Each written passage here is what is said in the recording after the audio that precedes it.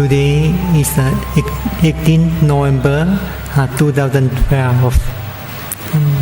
So in the previous talk, I discussed about 4 types of karma, or dark karma with dark result, bright karma with bright result, or dark and bright karma with dark and bright results.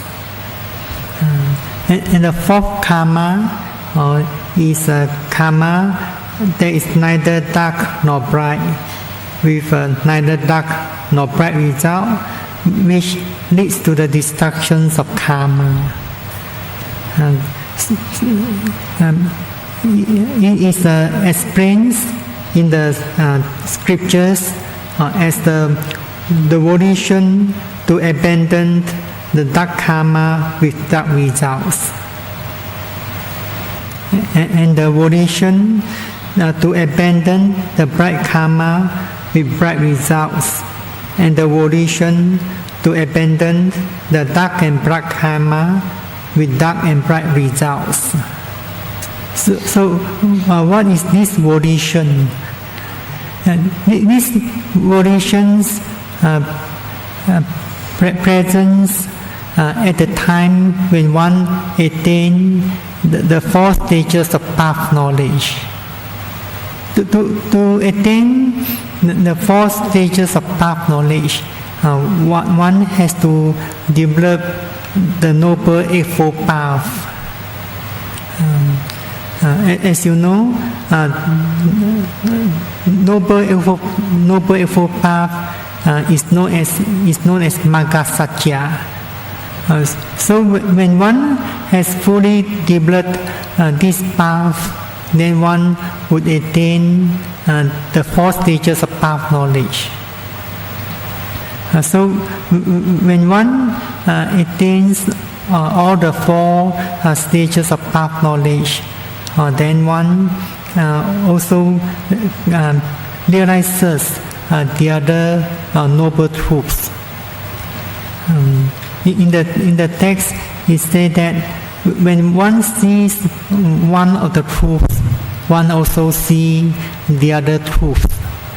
The other truths, as you know, the truth of suffering, dukkha satya, the truth of the cause of suffering, or samudaya satya, and the truth of the cessation of suffering, or nirodha satya. The foundations of the teachings of the Buddha is based on these 4 noble truths. So these 4 noble truths is very important.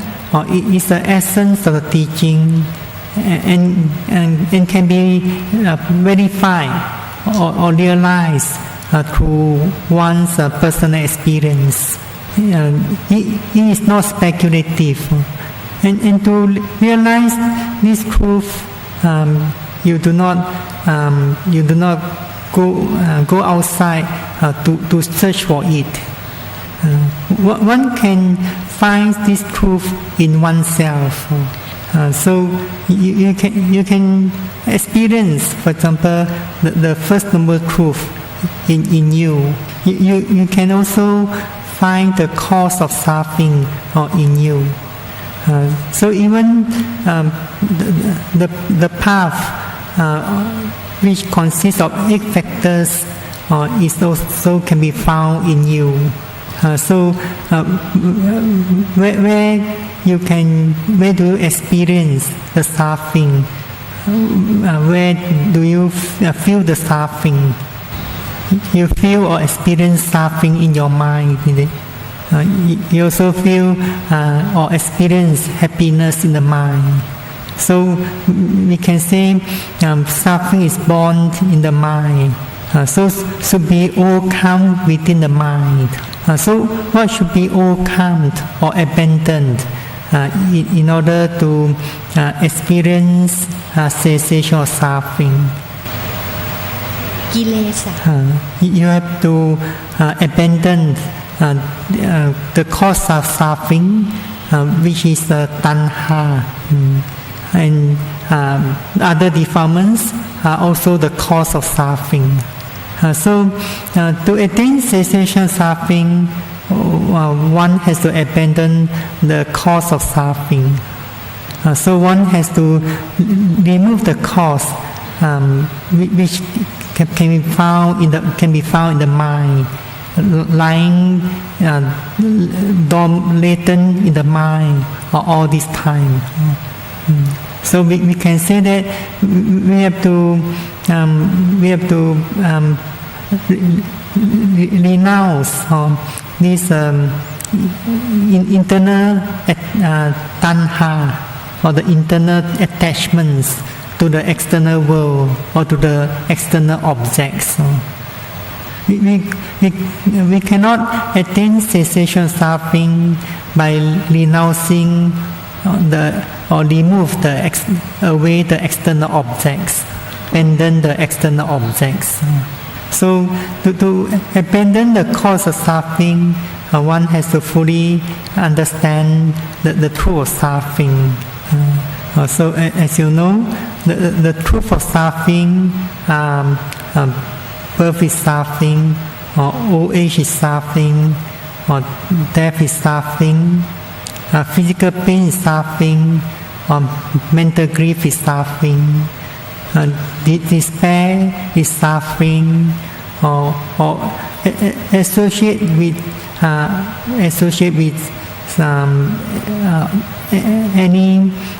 any living beings or inanimate things which one dislike, also suffering, or separation from the loved ones, or something you love very much is suffering, and not getting what one desires or craves for is also suffering. So this kind of suffering experienced by everyone in their life. Finally, the Buddha summarized that in brief, the 5 aggregates of clinging are suffering. It's not easy to realize that the 5 aggregates of clinging are suffering unless one develops wisdom or insight knowledge. To the noble one, these 5 aggregates is a burden. But to the Putujana, the worldlings, this may not be a burden. Do you find this is a burden? When do you have this burden? These burdens started in this samsara, which the Buddha said the beginning could not be discerned or undiscovered beginning. So when one takes up this burden, then this is the cause of suffering. If you do not want to suffering, then you have to put down this burden. So how to put down this burden? So no one can put down this burden for you. No one can put down this burden for you. But the Buddha has shown us the means to putting down this burden.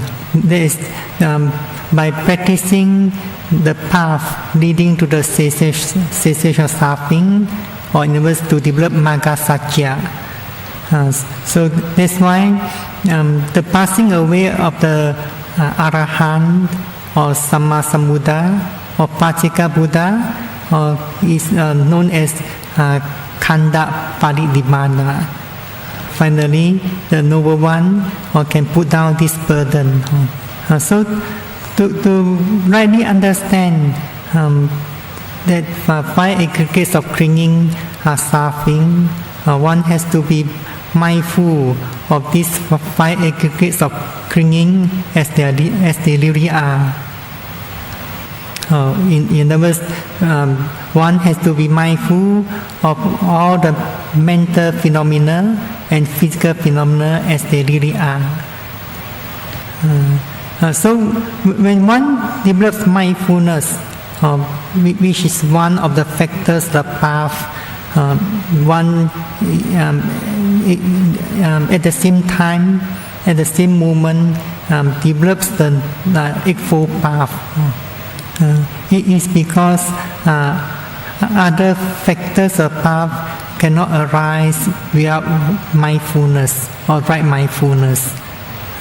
So when you develop mindfulness, you are developing the path. When you are developing mindfulness from one moment to next moment, you are developing the path. So to develop mindfulness, you need to put forth effort. For example, when you are mindful of any object of phenomenon, such as rising movements or falling movements, or when you are mindful, lifting movements, pushing movements, dropping movements, when you are practicing walking meditation, you need to be mindful, or you need to put forth effort, and so on. For example, meditators are mindful of the rising movements of abdomen. Meditators need to put forth effort.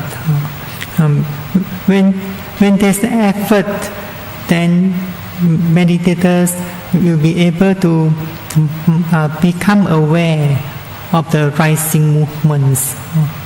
At the beginning, the mindfulness may not stay with the whole process of the movements. As meditators put forth effort or increase the effort, then meditators could be aware of the process of the movements from the beginning until the ending of the process. So at the beginnings, meditators becomes aware their abdomen is moving forward or expanding, or seeing the shape of the abdomen. So when mindfulness becomes more attentive, precise, then the movements, such as rising movements, becomes clearer and clearer to the mind. So eventually, meditators realize there's movements of rising or movements of falling. At that time, meditators are not conscious of the form or the shape of the abdomen. So at the same time, meditators realize there's a mental process, or there's a noting mind, or be mindful of the movements.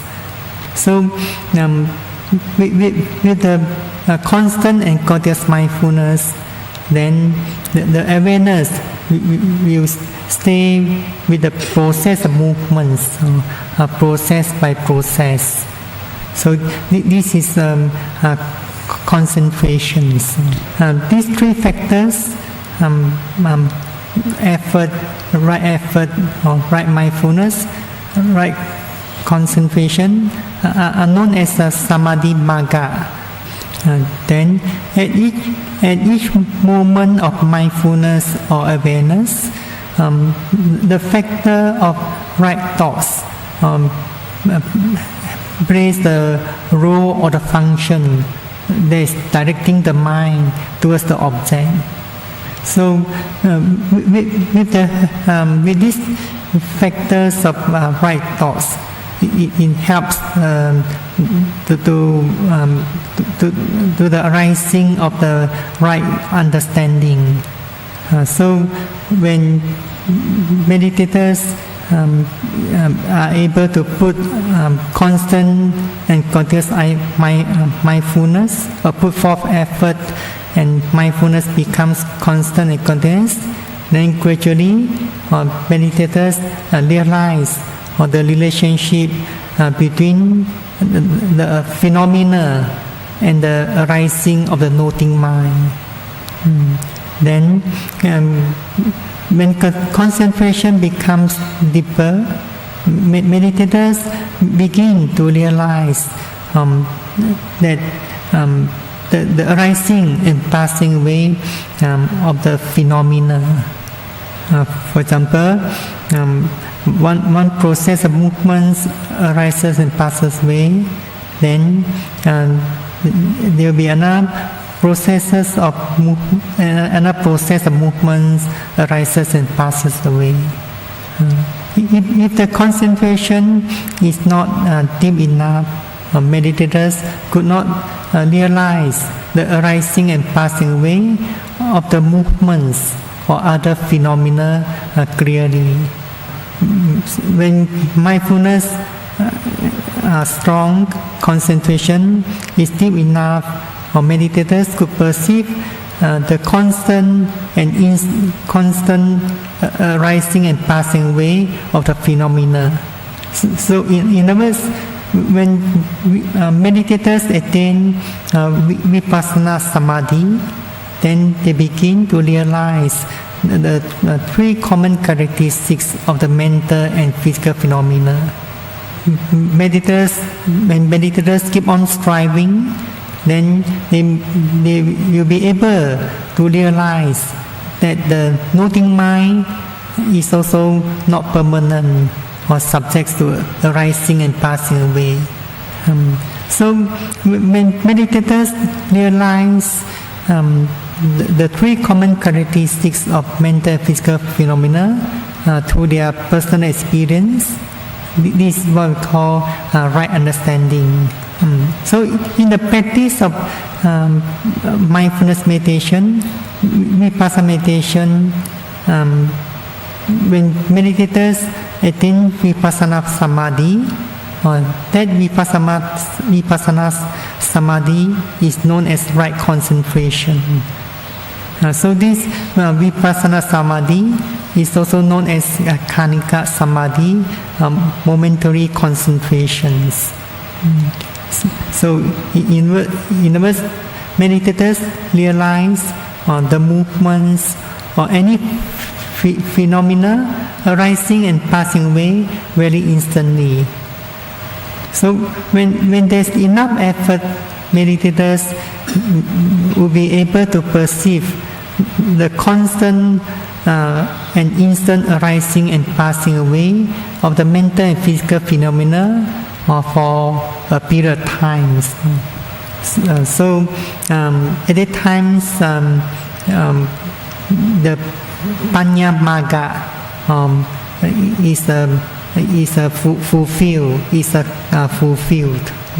In other words, Panya consists of the two factors, right understanding and right thoughts.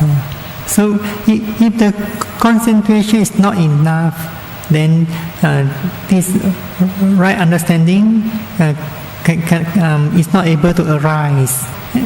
At each moment of mindfulness, this Sila Magga is also fulfilled.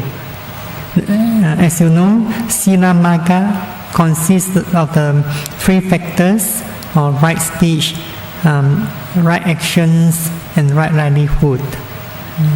So when meditators are mindful from one object to next object, from one moment to next moment, so at that time the mind is not possible to commit any wrong speech, wrong actions, or wrong livelihood. So when the mindfulness is sharp, concentration is deep, then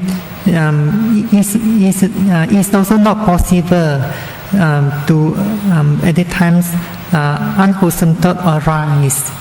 For example, unwholesome thought arise to commit or violate the precepts will not arise. So at that times, meditators comes to understand the truth of suffering. This dukkha satya, the truth of suffering, in brief, consists of three types of suffering. The first is dukkha, intrinsic suffering or ordinary suffering. The second is a viparinama dukkha, suffering due to change. So you may understand these two types of dukkha. It's because you may experience this suffering in your life. But the third one, sankhara dukkha, or suffering due to formations. So what is sankhara dukkha? The definition of sankhara dukkha is one is being oppressed by constant and instant arising and passing away of the conditioned phenomena. So to realize sankhara dukkha, one has to attain deep concentration in our vipassana samadhi or khanika samadhi. So when one attains vipassana samadhi, one realizes every phenomenon is arising and passing away very instantly. If meditators mindful of any sensation or feelings, such as painful feeling, meditators also realize that the painful sensation is arising and passing away very instantly. And if meditators mindful of any mental states, such as thinking, wandering, meditators also realize these mental states is arising and passing away very instantly. If meditators mindful of any conscious of hearing or smelling, meditators also realize this consciousness is arising and passing away very instantly. So meditators realize that these five aggregates, or in brief, mental and physical phenomena are arising and passing away very instantly, or they are impermanent. So the text define that what is impermanent, that is dukkha. So when meditators feel pain or experience pain during meditations, meditators now realize dukkha satya. But when they realize that the painful sensation is also arising and passing away very instantly, then they realize dukkha. Then the text define further, whatever is dukkha, that is without self or anatta. So when meditators mindful of the movements arising well or any phenomena, then actually they begin to experience the first noble truth, the truth of suffering.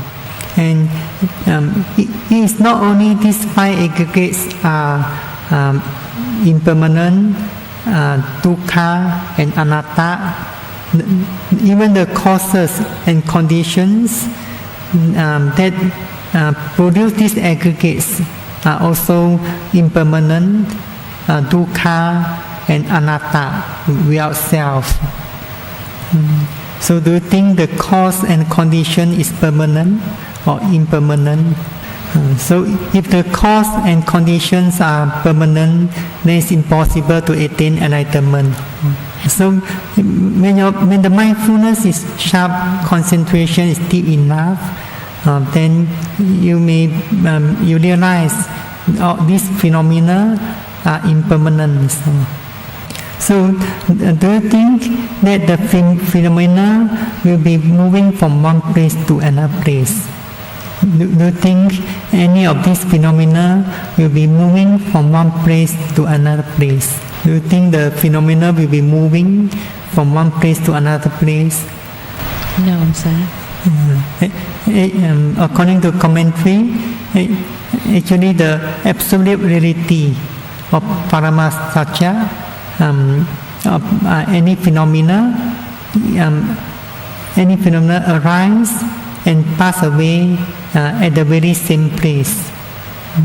So in other words, there's no phenomenon that's moving from one place to another place. It disappears wherever it arises. So when meditators realize impermanent, so at the times meditators gain the insight knowledge into impermanence. So with the arising of insight knowledge of impermanence, then meditators also attain Tatanga Pahana. So as you know, the second truth, the truth for the cause of suffering, the text says should be fully abandoned. Only when the meditators attain all the four stages of path knowledge, then this cause of suffering will be fully abandoned. So before meditators attain any path knowledge, meditators could only abandon this cause with the arising of insight knowledge.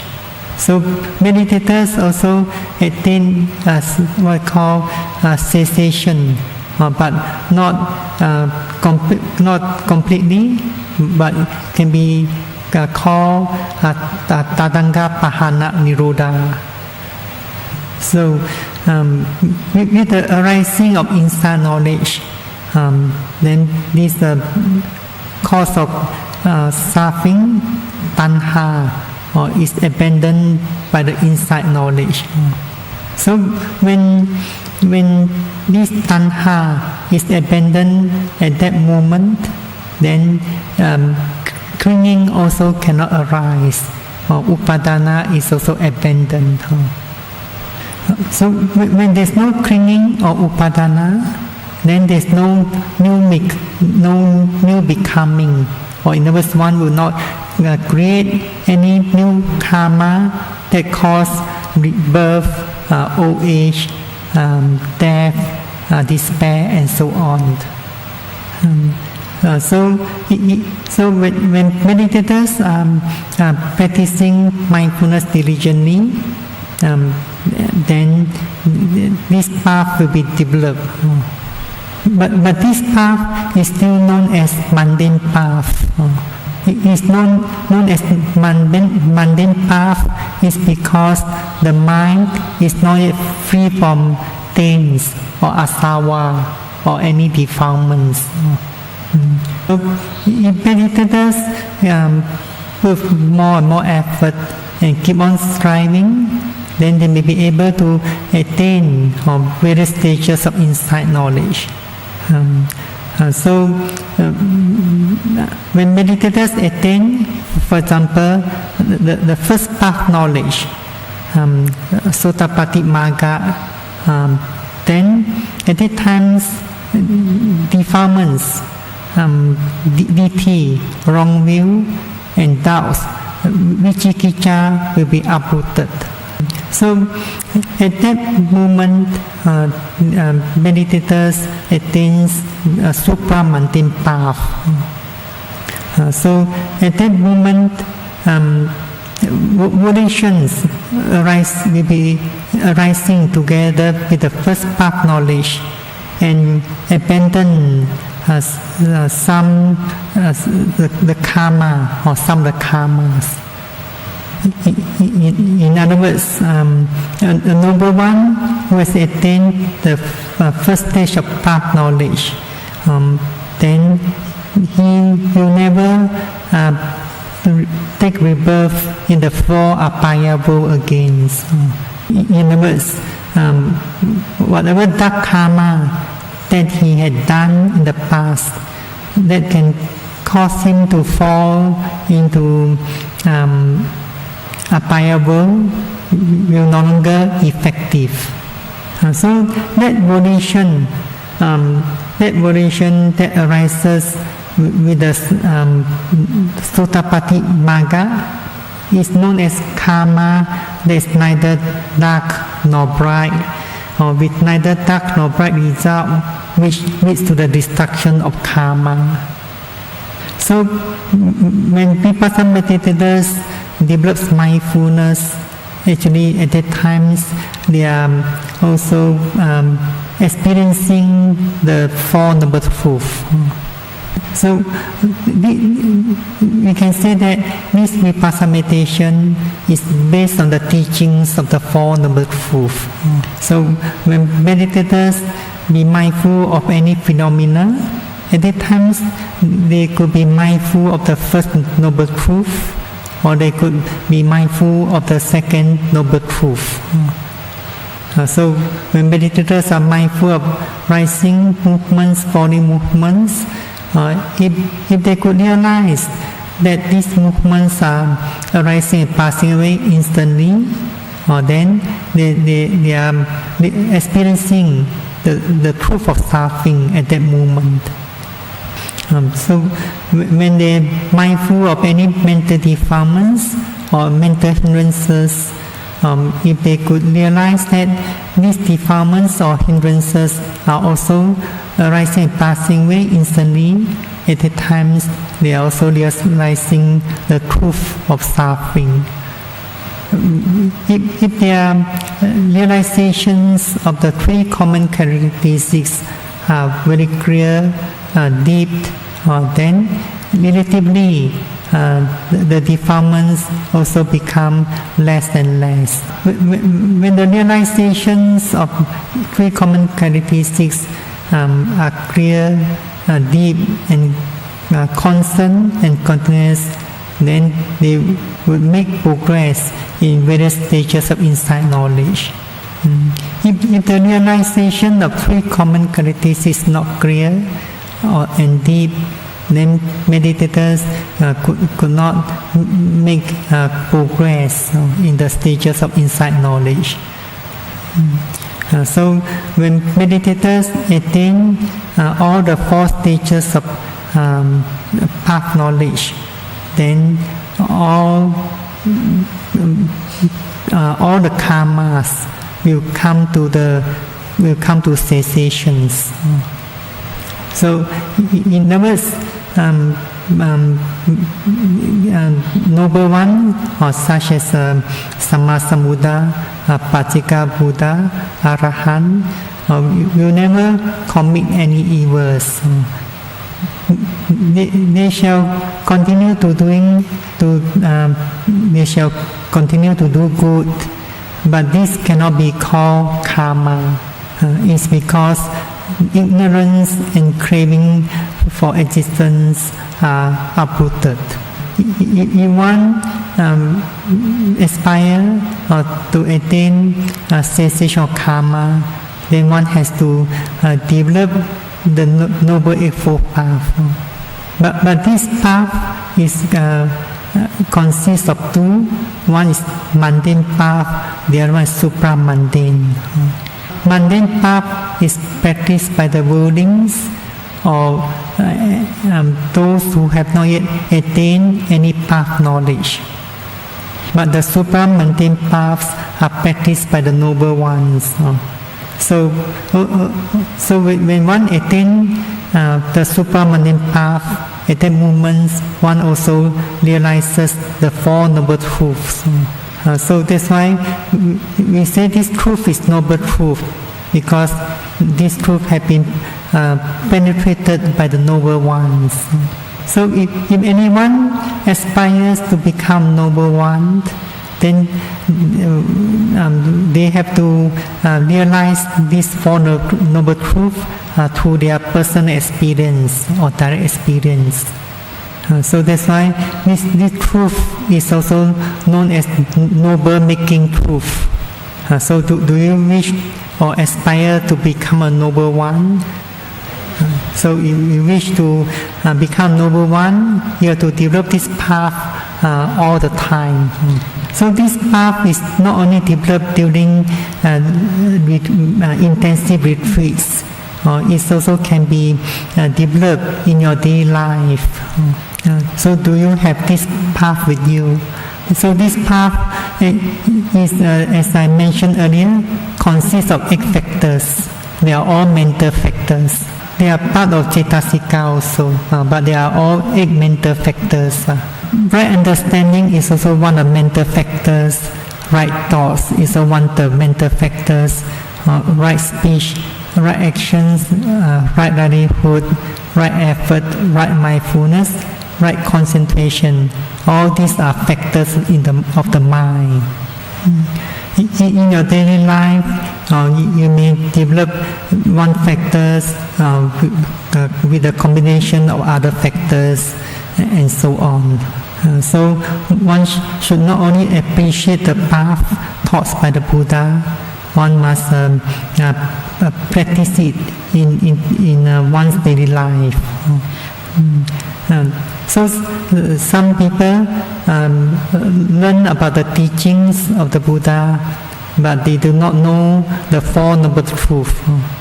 But if you want to rightly understand the teaching of Buddha, then you have to learn the teachings. At the same time, you must know the Four Noble Truths.